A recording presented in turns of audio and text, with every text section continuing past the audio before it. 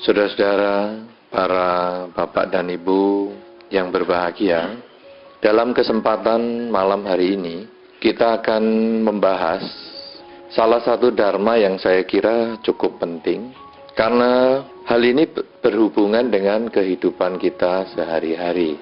Banyak orang sering hanya berpikir bahwa agama Buddha adalah agama sembahyang.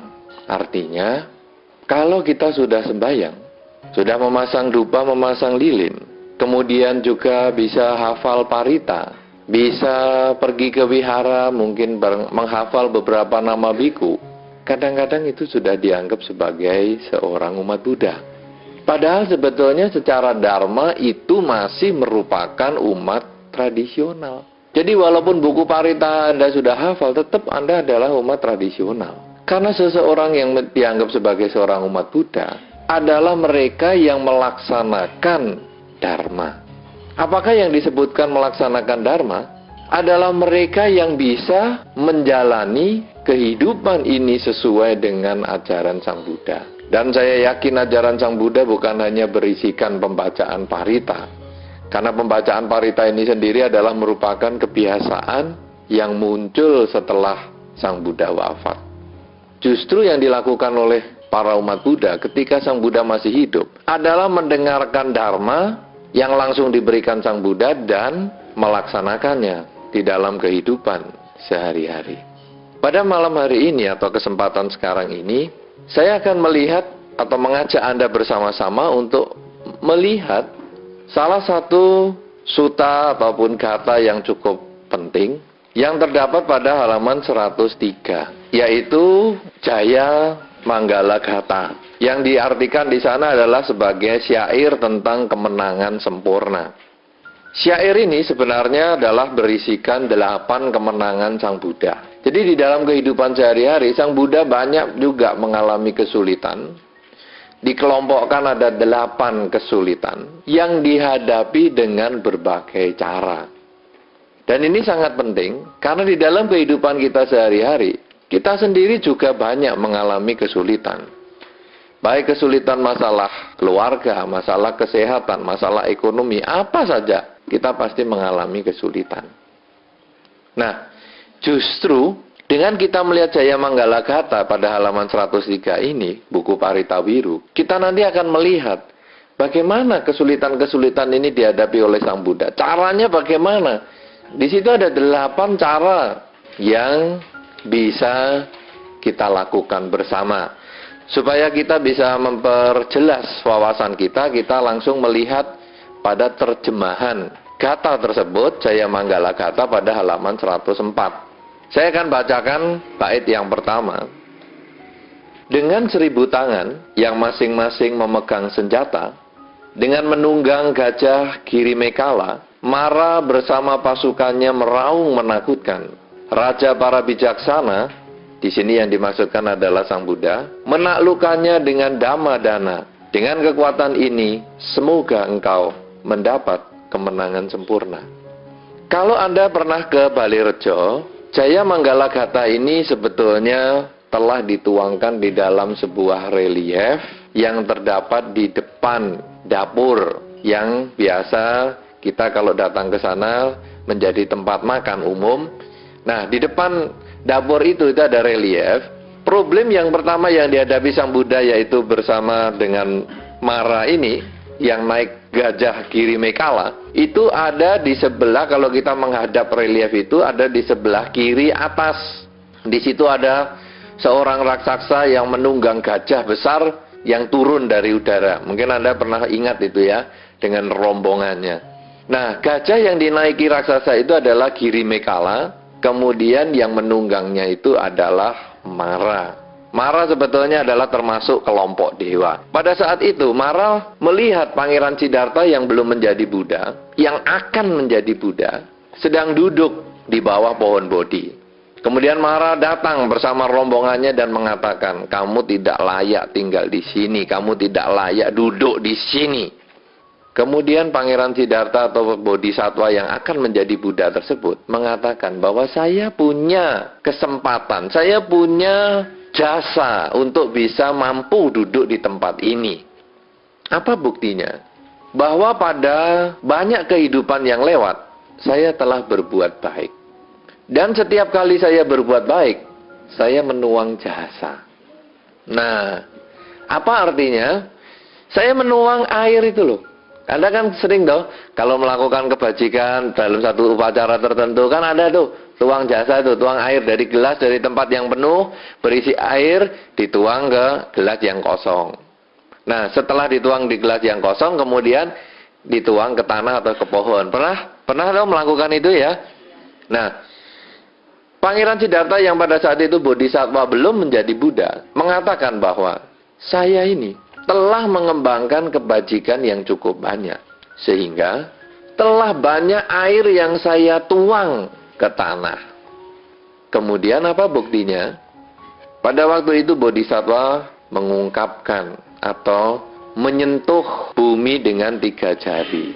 Jadi ada salah satu Buddha Rupang yang nanti berbentuk tangan kiri diletakkan di atas pangkuan dan tangan kanan memegang lutut kanannya dengan jari-jari menyentuh ke lantai. Mungkin pernah melihat semacam itu? Ya, pada saat itu sebetulnya Bodhisattva mengundang penguasa bumi, disebutkan di dalam Dhamma namanya Ibu Pratiwi. Kalau di dalam bahasa Sanskerta menjadi Ibu Pertiwi, Pratiwi, Patawi kalau di dalam bahasa Pali, bahasa Sanskertanya Ibu Pratiwi, di dalam bahasa Indonesia menjadi Ibu Pertiwi. Pada waktu itu Bodhisattva mengundang Ibu Pratiwi, Ibu Pertiwi ini untuk datang. Kemudian ketika setelah Ibu Pertiwi ini datang, ditanya oleh Bodhisattva, kamu kan sudah seumur bumi ini. Nah sekarang, kamu kan juga sudah menjadi saksi bahwa saya sudah selalu berbuat baik. Oleh karena itu, apa buktinya bahwa saya telah melakukan kebaikan? Kemudian Ibu Pertiwi ini mengatakan bahwa setiap kali kamu berbuat baik kan kamu menuang jasa. Ketika kamu menuang jasa, air yang ke tanah itu kemudian saya simpan di dalam gelungan. Coba sekarang keluarkan airnya itu. Kemudian Ibu Pertiwi ini membuka gelungannya, air itu menetes sedikit demi sedikit. Ketika makin lama makin banyak air yang menetes, bahkan akhirnya mengalir dengan luar biasa, sampai akhirnya menjadi banjir. Dan Mara beserta rombongannya ini hanyut oleh air kebajikan yang dilakukan oleh Bodhisattva selama hidupnya. Nah ini adalah kisah yang melatar belakangi syair tersebut. Tapi dalam kehidupan kita sehari-hari bagaimana? Dalam kehidupan sehari-hari sebetulnya, kalau kita menghadapi kesulitan, kebajikan kita dengan kerelaan inilah yang kadang bisa menolong kita. Jadi tidak harus menuang air setiap kali berbuat baik, menuang jasa terus, bukan itu. Tujuan dari syair ini bukan itu, tapi tujuannya adalah bahwa kita memperbanyak kerelaan. Karena biasanya ketika Anda menuang jasa itu adalah ketika Anda setelah berdana. Baik berdana materi ataupun berdana yang bukan materi, Anda bisa tuangkan jasa. Nah sebetulnya dana inilah yang kita perbanyak dalam kehidupan kita.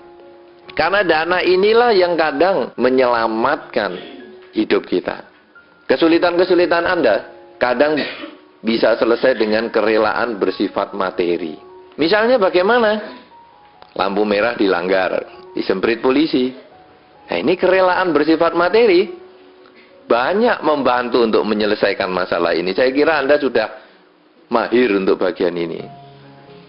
Tetapi juga di dalam usaha, di dalam perdagangan, di dalam kehidupan bermasyarakat, kadang di dalam persaingan, kita juga sering menghadapi masalah. Coba kalau Anda lihat dalam kehidupan Anda sehari-hari, hampir semua toko itu berkumpul bersama. Toko yang sejenis, toko emas, jejeran, bersama-sama.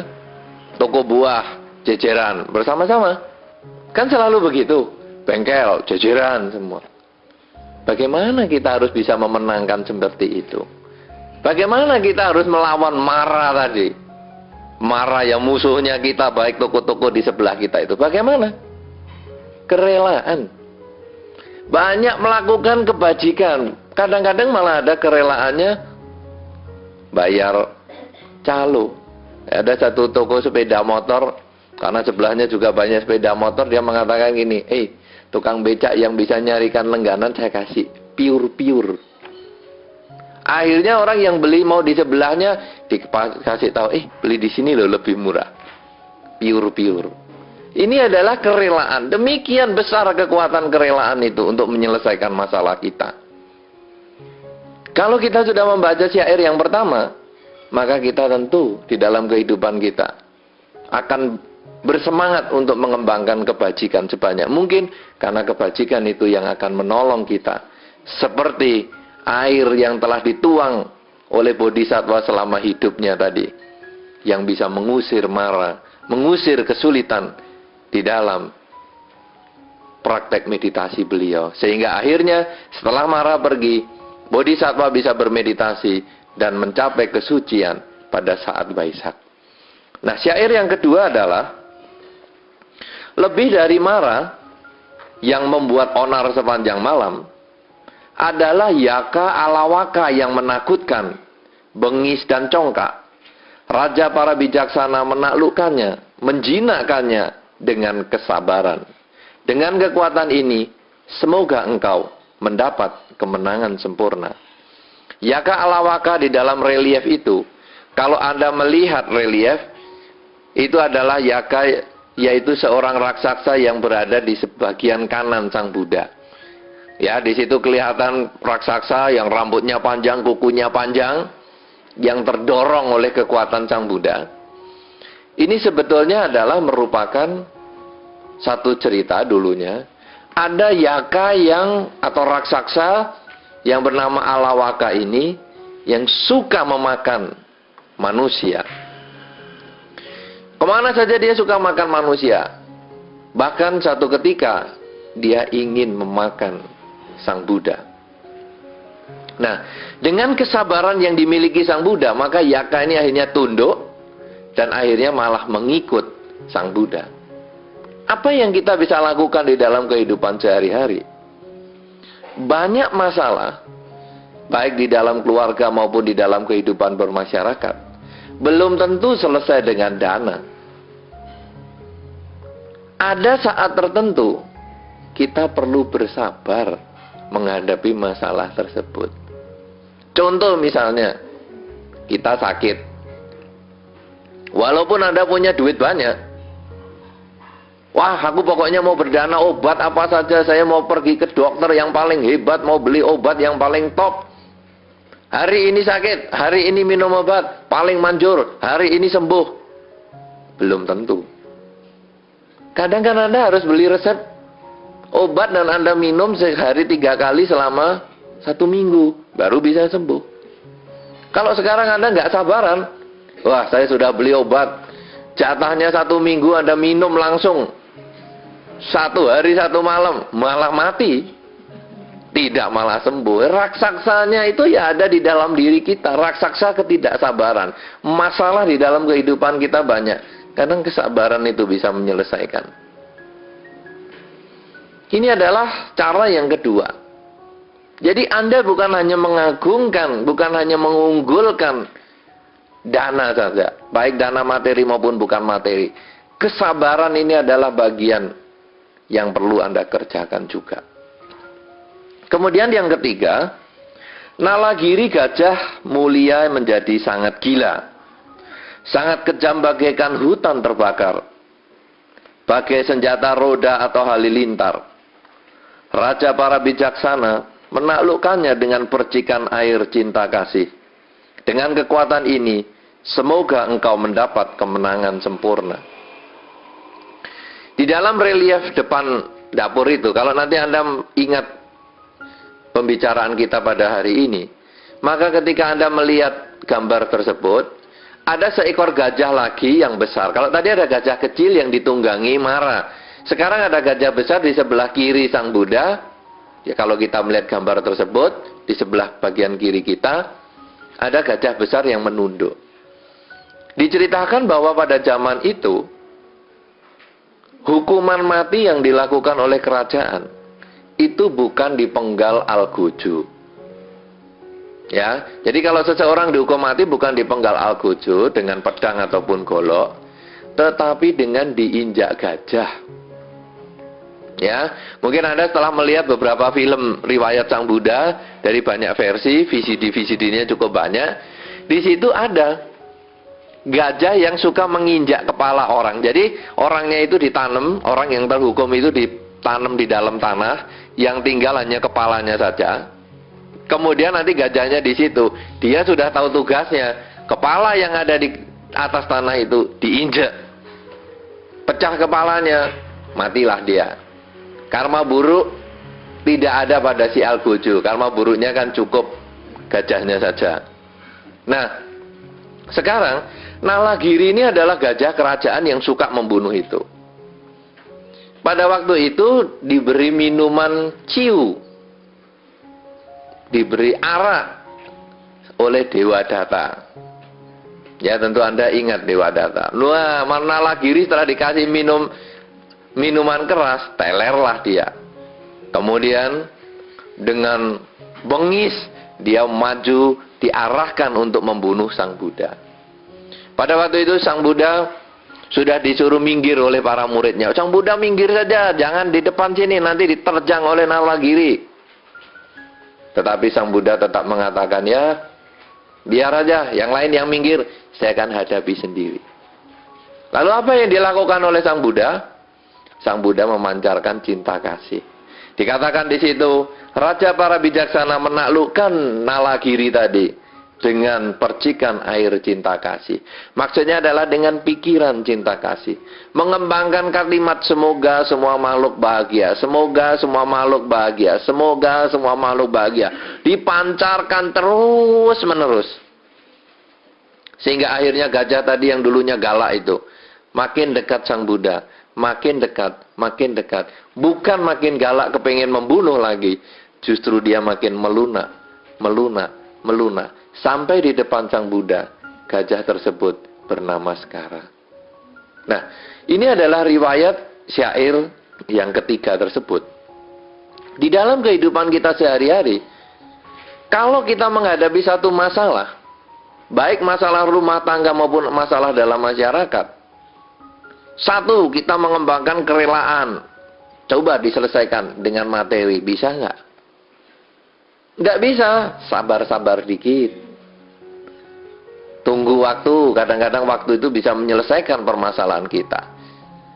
Sambil kita juga bisa mengembangkan cinta kasih. Jadi orang yang membuat masalah pada kita, orang yang menjengkelkan kita, justru kita doain semoga dia bahagia. Karena dia menjengkelkan kita, karena dia belum bahagia atas kehadiran kita. Ya pancarkan aja. Semoga dia bahagia, semoga semua makhluk bahagia, semoga dia bahagia, semoga semua makhluk bahagia. Banyak bukti bahwa dengan mengucapkan semoga semua makhluk bahagia sesering mungkin, kita akan mendapatkan kebahagiaan. Salah satu bukti yang paling nyata adalah, kalau Anda pergi ke rumah seseorang yang punya anjing, lalu Anda digonggong anjing.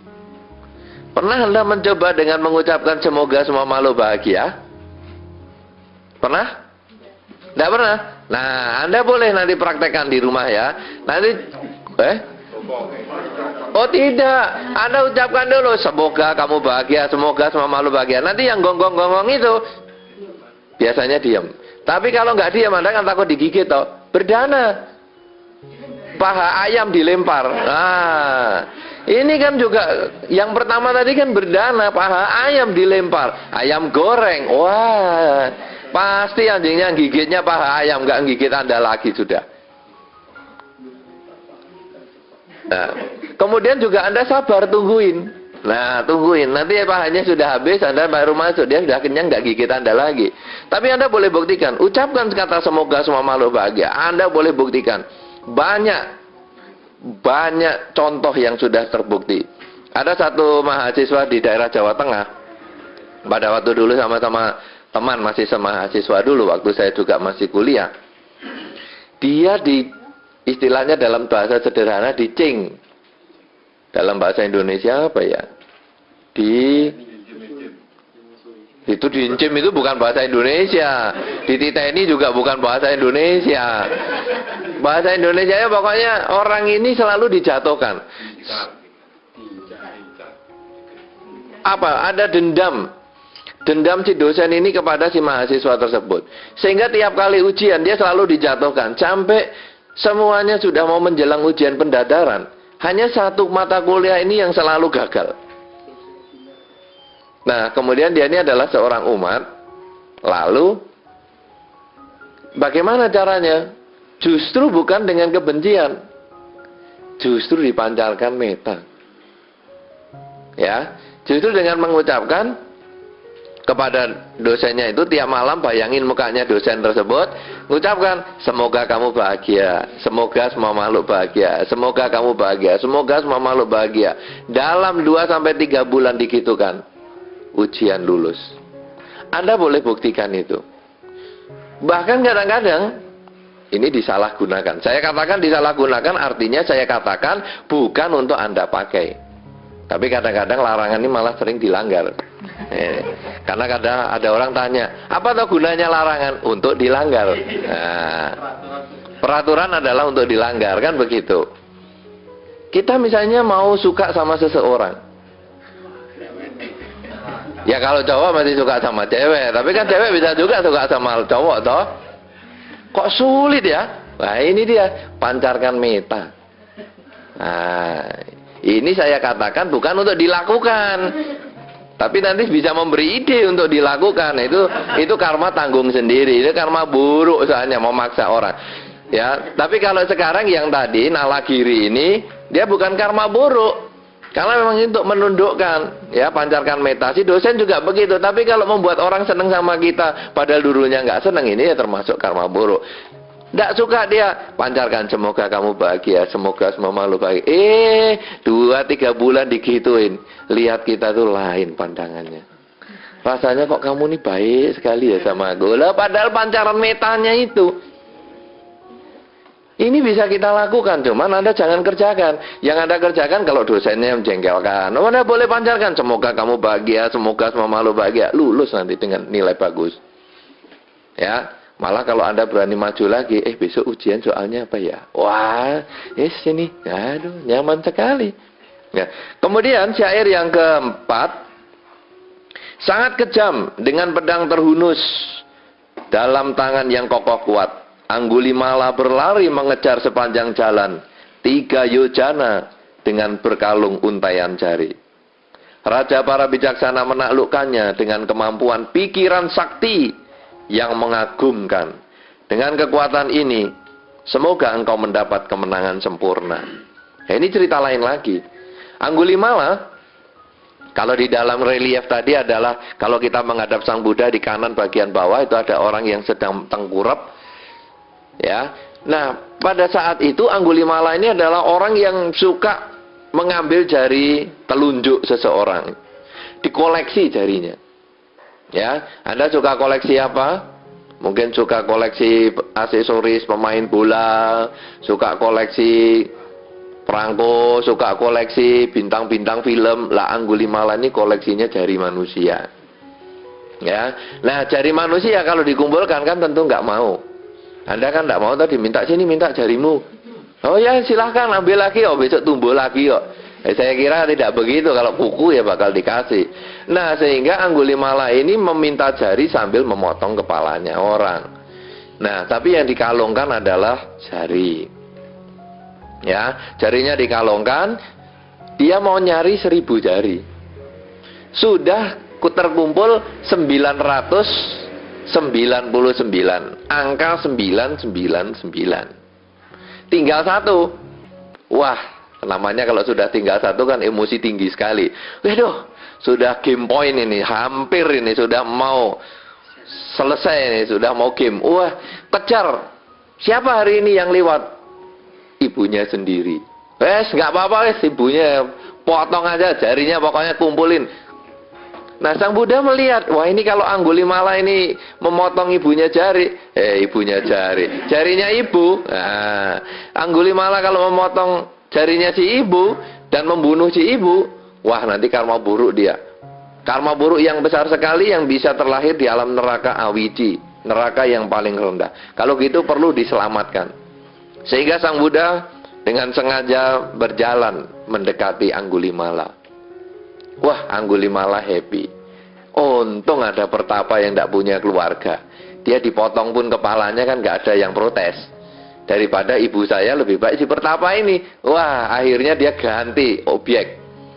Ibunya, lepaskan. Sekarang saya mau kejar pertapa ini. Pertapa ini kan jalan santai-santai sang Buddha. Jalan santai-santai. Nah, Anggulimala juga pertama jalan nyusul. Tapi kok jalannya sang Buddha ini kok cepat sekali ya. Dari jalan pelan, Anggulimala jalannya lebih cepat, lebih cepat, lebih cepat, sampai lari cepat sekali. Belum nyusul-nyusul, padahal sang Buddha jalannya santai-santai. Kenapa? Karena sang Buddha menggunakan kesaktiannya. Jalan kelihatan santai, tapi sekali melangkah 80 km per jam. Seret, seret. Yang lari ngebut nggak bisa.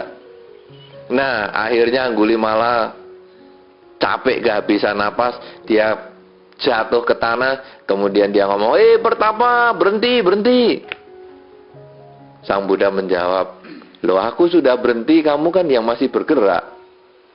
Anggulimala mengatakan, loh apanya saya yang sudah jatuh ke tanah ini, kamu yang masih jalan. Sang Buddha menjawab, saya sudah berhenti nafsu saya untuk membunuh. Kamu kan yang masih jalan nafsunya untuk membunuh. Nah, akhirnya Anggulimala berpikir, kamu siapa? Kok bisa sampai nasihati seperti itu? Dan Sang Buddha membabarkan Dhamma sampai Anggulimala mengerti. Dan kemudian Anggulimala malah menjadi biku. Dan tidak mau melakukan pembunuhan lagi. Nah, sekarang di dalam kehidupan sehari-hari, kalau kita menghadapi masalah, baik di dalam rumah tangga maupun di dalam masyarakat, apa saja, kadang-kadang kita juga butuh loh kesaktian. Apa itu kesaktian? Macam-macam. Kesaktian ini sebetulnya adalah kekuatan pikiran. Kalau tadi kesaktian yang diarahkan kepada meta, semoga semua makhluk bahagia, semoga semua makhluk bahagia. Tapi kesaktian ini bisa juga yang bersifat lain. Kadang-kadang seorang ibu bingung dengan anaknya yang stres, yang menjengkelkan, yang menyakitkan, yang sulit dikasih tahu. Kadang-kadang ibu ini lalu menggunakan foto anak tersebut, lalu diungkapkan di dalam hati seperti orang ngomong dengan anaknya tadi. Si A, nurutlah kamu dengan ibu, nurutlah kamu dengan ibu. Lama-lama anaknya ini bisa nurut dengan orang tuanya. Ini adalah salah satu kekuatan pikiran. Suami istri juga sama. Kadang-kadang suami sulit dikasih tahu istri, atau sebaliknya istri ngeyel, sulit dikasih tahu suami, sampai bingung orang gimana. Ini gampang. Kadang-kadang ada satu tradisi mengucapkan begini, pakai 3 jari yang kanan, tempel di ubun-ubunnya, pasangan hidup yang rewel tadi. Lalu sebutkan niatnya, kamu yang rewel, nurut ya, kamu mulai sekarang nurut. Kamu yang rewel ini mulai sekarang nurut. Nurut, nurut, nurut. Nurut. Itu biasanya begitu. Kadang-kadang anak yang sulit dikasih tahu pakai 3 jari yang kiri, tempelkan di ubun-ubun. Anak, kamu nurut ya, nurut, nurut, nurut. Bisa pada waktu dia tidur. Oh ya, bukan dijitak dong. Nurut, nurut, tidak nurut tak kencengi kamu, jitak, tok. Ya, bukan. Cukup ditempel aja di kepala. Kalau anak itu pakai 3 jari, telunjuk dari tengah, jari manis ini yang kiri. Kalau pasangan hidup itu yang kanan. Dalam banyak kesempatan, ada suami istri yang saling terbuka. Kadang-kadang kalau stres, suaminya itu pernah satu ketika stres, dia ngomong gini, aku tempelono 3 jari ya. Sama istrinya minta. Lalu istrinya ngomong, iya. Dia cerita sama saya, iya berarti tak tempel di budaknya itu. Enak, saya ngomong, iya kamu tenang, tenang. Tenang sungguhan. Ini kalau sebetulnya di dalam satu kondisi tertentu, kadang-kadang sebetulnya ini seperti mempengaruhi bawah sadar, seperti hipnotis itu. Tapi bisa. Nah, ini kemampuan batin yang kita semua juga bisa miliki kok. Anda nanti kalau punya anak, atau pasangan hidup, atau siapa saja, coba Anda boleh lakukan. Anak Anda yang sulit kasih tahu, dengan kuping Anda, lakukan dengan 3 jari Anda. Ketika dia masih tidur, ucapkan niat Anda. Nanti kan nurut. Pasangan hidup Anda yang ngerewel dan ngeyel, 3 jari yang kanan. Apalagi kalau masih melek, waduh, pasti gegeran. Tapi kalau tidur, ya. Tapi siap-siap ya. Biasanya pasangan hidup kalau dipegang begini, pada waktu kita ngomong, karena kekuatan konsentrasi itu tinggi, kadang dia bangun. Maka Anda harus siap mengatakan. Kalau dia bangun, tanya, ngapain kamu? Nah, Anda harus siap jawabnya. Jangan, apa ya, pelongo-pelongo. Oh, kamu mau guna-guna saya. Dia bisa marah. Ya, tempelkan aja di ubun-ubun. Kalau dia punya rambut, ya rambutnya sedikit tempelkan. Jadi tidak perlu dipenet, apalagi dicita, tidak perlu. Tempel pelan-pelan aja. Ya, itu bisa. Ini kekuatan pikiran. Ya, dengan kesaktian bisa. Kemudian yang kelima, setelah membuat perutnya gendut seperti seorang wanita hamil, dengan mengikatkan sepotong kayu, Cinca memfitnah di tengah-tengah banyak orang. Raja para bijaksana, yaitu Sang Buddha, menaklukkannya dengan sikap kesatria dan kedamaian. Dengan kekuatan ini, semoga engkau mendapat kemenangan sempurna. Ini cerita lain lagi. Cinca, kalau kita lihat di dalam relief itu adalah, kalau kita menghadap gambarnya, sebelah kiri pojok ada seorang perempuan yang selendangnya ditarik. Pada zaman itu, Cinca ini sebetulnya adalah seorang wanita yang cukup seksi, cukup cantik. Kalau malam hari semua tamu pulang, dia malah datang. Kalau pagi hari semua orang pulang dari wihara, semua orang masuk wihara, dia malah pulang dengan pakaian yang awut-awutan. Setiap hari selalu begitu. Sehingga ketika Sang Buddha baru ceramah, Cinca di tengah ceramah itu memotong dan mengatakan, Sang Buddha, kamu nggak usah ngomong macam-macam. Karena kamu menghamili saya saja, kamu kan nggak tanggung jawab. Lah, Sang Buddha menjawab dengan sikap kesatria dan kedamaian. Apa yang dikatakan? Sang Buddha dengan tenang mengucapkan, yang tahu kebenarannya hanyalah kamu dan saya. Ya toh? Kalau seseorang ngaku hamil kepada Anda, yang tahu kebenarannya kan hanya dia dan kita. Kan begitu. Namanya orang hamil kan tidak ada pengumuman kemana-mana. Yang tahu kan yang melakukan perbuatan itu.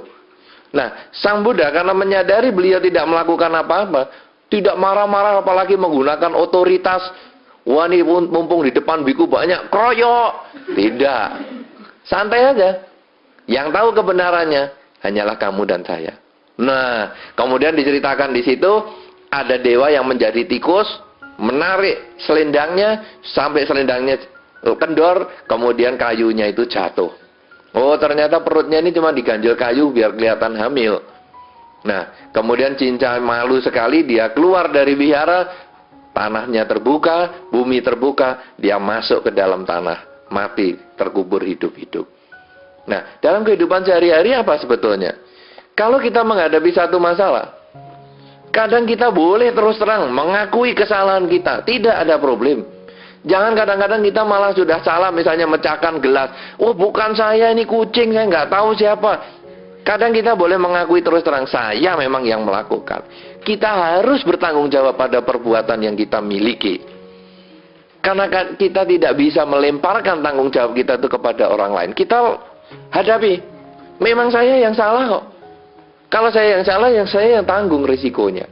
Nah, ini adalah seperti sikap kesatria. Tidak perlu musuhan, panggil apa itu, banyak orang, keroyok dia. Ya kalau memang kita salah kok. Nah, ini adalah perilaku kita dalam kehidupan sehari-hari. Kemudian yang keenam, Sacaka yang biasanya berkata menyimpang dari kebenaran, dengan pikiran buta mengembangkan teorinya bagaikan bendera. Raja para bijaksana, yaitu Sang Buddha, menaklukkannya dengan terangnya pelita kebijaksanaan. Dengan kekuatan ini, semoga engkau mendapat kemenangan sempurna. Sacaka itu, kalau kita menghadap relief, dia adalah pemuda yang berada di sebelah kanan. Jadi kalau kita menghadap relief itu, dia di sebelah kiri gambar. Kanannya Sang Buddha, di kiri gambar. Itu ada seorang pemuda yang anjali, itu adalah Sacaka. Sacaka adalah seorang pemuda pada zaman itu yang sangat pandai. Dia punya 1000 pertanyaan yang tak ada jawabnya. Kemana-mana pergi, bikin diskusi, semua kalah jadi muridnya dia. Semua kalah jadi muridnya dia. Satu ketika, Sacaka diskusi dengan Sang Buddha. Semua pertanyaan bisa terjawab. Malah pertanyaannya Sang Buddha tak terjawab. Nah, kemudian Cacaka ini dengan kekuatan diskusi tadi, akhirnya dia tunduk dan menjadi murid Sang Buddha. Dalam kehidupan bermasyarakat, dalam menghadapi kesulitan, kadang-kadang komunikasi itu perlu. Ini yang disarankan dalam Cacaka ini adalah komunikasi. Semua masalah tidak tentu harus selesai dengan dana. Semua masalah tidak harus selesai dengan misalnya sabar. Tapi kadang-kadang kita harus ngejak ngomong. Kenapa dong masalahnya? Kamu tuh ada problema apa? Ya, komunikasi yang baik itu sering menyelesaikan masalah. Jangan hanya dibiarkan masalah itu dengan kekerasan atau dengan kesaktian, belum tentu. Kadang dengan komunikasi. Nah, kemudian yang ketujuh adalah Nando Pananda. Naga berpengertian yang salah, memiliki kekuatan besar. Putra Sang Buddha yang terkemuka, yaitu Bante Moggallanathera, sebagai naga pergi untuk menjinakkannya. Raja bijaksana menaklukkannya dengan kekuatan sakti. Dengan kekuatan ini, semoga engkau mendapat kemenangan. Nando Pananda ini diceritakan adalah naga berkepala 7 yang menghambat perjalanan Sang Buddha dan rombongan ketika menuju ke suatu tempat. Nah, di sini Sang Buddha meminta Moggallanathera, seorang biku yang paling sakti, untuk menyelesaikan masalah tersebut. Dan Moggallanathera ini dengan kekuatan batinnya mau berubah menjadi naga, berperang dengan naga itu, sampai akhirnya naga Nando Pananda ini tunduk. Ya, kalau di dalam relief itu jelas sekali, karena gambar naganya cuma satu. Kalau kita melihat gambar itu, dia terletak di sebelah kanan. Artinya apa dalam kehidupan kita? Sang Buddha ini mengajarkan kita untuk mendelegasikan wewenang. Tidak semua masalah harus kita selesaikan sendiri. Kadang kita dengan pasangan hidup kita bermusuhan, jengkel, dengan teman kita cekcok, tidak baik dengan teman kita. Kadang kita bisa komunikasi dengan dia, selesai. Tapi kadang kita bisa menyuruh orang lain kok. Tolong ya, kasih tahu dia. Kenapa ya dia akhir-akhir ini kok jahat sama saya? Ini adalah mendelegasikan wewenang. Di sini kita bisa melihat bahwa Sang Buddha sebagai manajer yang luar biasa. Bukan hanya semua masalah diselesaikan sendiri. Kadang kita bisa menyuruh orang lain untuk membantu menyelesaikan masalah kita. Kita bisa melihat dengan menyuruh orang lain menyelesaikan masalah, apalagi di sini adalah Bante Moggallana sebagai murid Sang Buddha. Dengan menyelesaikan masalah, kita memberikan kesempatan kepada orang itu untuk percaya diri. Kalau sekarang dalam kehidupan sehari-hari, semua urusan Anda selesaikan sendiri, maka ketika kita sedang sakit, tidak ada orang yang bisa menggantikan kita. Tetapi ketika kita sedang sehat, kita mendelegasikan wewenang. Kadang-kadang urusan, ayolah kamu selesaikan. Dia bisa, maka dia punya keyakinan pada diri sendiri. Satu ketika kita sakit, atau tidak di tempat, atau kita tidak bisa ngurusi masalah, maka orang itu akan bisa menyelesaikan masalahnya dengan baik. Coba Anda perhatikan dalam kehidupan Anda sehari-hari. Semakin Anda semua mengerjakan sendiri, Anda semakin terikat dengan pekerjaan Anda. Semakin Anda bisa mendelegasikan wewenang Anda, maka Anda semakin happy. Dan usaha Anda, apa saja yang Anda kerjakan, ada Anda atau tidak ada Anda, semuanya akan berjalan dengan lancar. Kenapa? Kemampuan Anda mendelegasikan wewenang. Orang tua kepada anak juga begitu. Kalau dia bisa mendelegasikan wewenang kepada anak-anaknya, maka nanti kalau orang tuanya pun tidak di tempat, anak itu bisa melaksanakan tugasnya dengan baik. Saya kira manajemen mendelegasikan wewenang ini sangat terkenal di zaman sekarang. Sebetulnya sudah dilakukan oleh Sang Buddha 3000 tahun yang lalu. Karena itu, tidak harus semua masalah Anda selesaikan sendiri. Kadang perlu orang lain untuk menyelesaikan. Masalah yang ke-8 adalah bagaikan ular yang melilit pada lengan. Demikian pula pandangan salah yang dimiliki oleh Baka, Dewa Brahma yang memiliki sinar dan kekuatan. Raja para bijaksana menaklukkannya dengan obat pengetahuan. Dengan kekuatan ini, semoga engkau mendapat kemenangan. Ini adalah Brahma Baka. Kalau di gambar itu adalah Brahma yang mukanya 4 dengan tangan 8. Ya, kalau kita melihat di gambar itu, di relief tersebut adalah di kanan atas. Brahma Baka ini menganggap dirinya kekal, dia yang menciptakan dunia dan lain sebagainya. Kemudian Sang Buddha mengatakan, aku kan sudah tahu, kamu tuh sebetulnya dulu lahir sebagai ini. Saya pun dulu pernah kok lahir jadi Brahma seperti kamu. Nah, artinya apa? Menaklukkan dengan pengetahuan. Dalam kehidupan sehari-hari, kadang kan Anda juga mendapat masalah dari orang-orang tertentu. Wah, saya gini. Kita katakan, alah, aku tuh tahu loh. Kamu tuh riwayatnya apa dulu tahu. Kamu mau macam-macam tuh sama saya. Seolah-olah kita mau melebihi dia dengan pengetahuan kita. Itu kan juga bisa. Orang yang menyombongkan diri dengan kepandaiannya dengan, kamu tuh pandainya kan baru-baru ini. Oh, aku waktu bodohmu aku tahu kok. Ya, orang tua kadang menghadapi anak dengan ini. Anak yang idenya macam-macam, orang tua jawab, kamu itu loh, kamu belum lahir aja aku sudah pinter ngitung kok, kamu sekarang masih ngandani lagi. Nah ini orang tua jurusnya sering mengeluarkan jurus yang ke-8 ini. Tapi bagaimanapun juga, kalau ini dikatakan, inilah 8 syair kemenangan Sang Buddha yang seharusnya dibaca dan direnungkan setiap hari tanpa rasa malas, sehingga orang mampu menghadapi berbagai rintangan. Orang bijaksana bahkan dapat mencapai pembebasan dan kebahagiaan. 8 kemenangan Sang Buddha ini jangan hanya Anda baca setiap hari, tapi Anda renungkan di dalam kehidupan sehari-hari. Bahwa semua masalah Anda, paling tidak ada 8 cara untuk menyelesaikannya. Dengan kerelaan yang Anda miliki, ataupun Anda bisa menggunakan kesabaran, ataupun Anda juga bisa menggunakan pancaran cinta kasih. Semoga dia bahagia, semoga semua makhluk bahagia. Atau mungkin Anda dengan kekuatan pikiran, atau juga mungkin Anda dengan sikap kesatria, Anda ngaku kesalahan yang Anda lakukan dan Anda berterus terang sehingga bisa menyelesaikan masalah. Mungkin juga dengan komunikasi, ataupun dengan mendelegasikan wewenang. Bahkan juga kadang kita mengatakan bahwa kita punya kelebihan dibandingkan dengan dia. Kalau Anda melaksanakan 8 hal ini dalam setiap menghadapi kesulitan, maka Jaya Manggalagata bukan hanya sekedar bacaan, tetapi menjadi cara hidup Anda, dan Anda bisa mendapatkan kebahagiaan. Karena sesungguhnya kalau kita melaksanakan Dharma di dalam kehidupan sehari-hari, akan mendapatkan kebaikan dan kebahagiaan. Semoga Anda selalu berbahagia di dalam Dharma.